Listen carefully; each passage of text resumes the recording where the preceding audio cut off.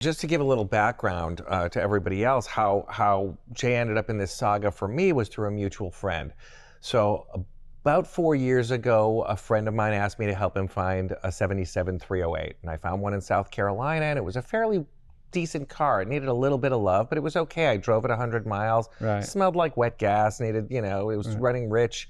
Brakes felt a little wooden, but it was a pretty well-started car with a lot of receipts. Right. So I asked our mutual friend Erica, I said, can you ask Jay if he can recommend an AC guy? And then you were kind enough to get on the phone with me and you said, yeah, don't go to a Ferrari tech, go to an air conditioning shop, which was sage advice. And then I asked you if you could recommend a tech, and you said, I can't, I have all my guys in-house. I know people, but there's no one that I can actually recommend. And I said, thanks very much. So you did not recommend me to him.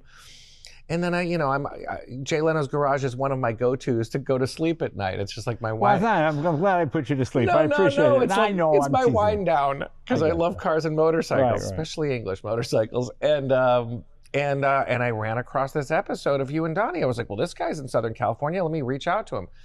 So I reach out to him on Instagram, and he says, yeah, come on out.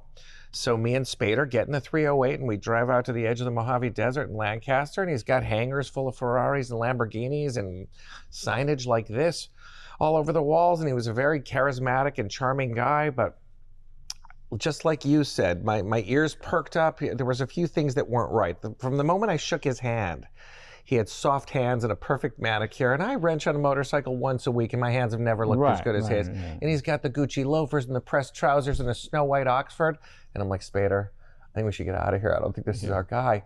And then he tells me that Nick Mason from Pink Floyd flies his 250 GTO to him to work on. And I'm like, I'm pretty sure there's some capable Ferrari mechanics on the European continent. It all just sounded like BS.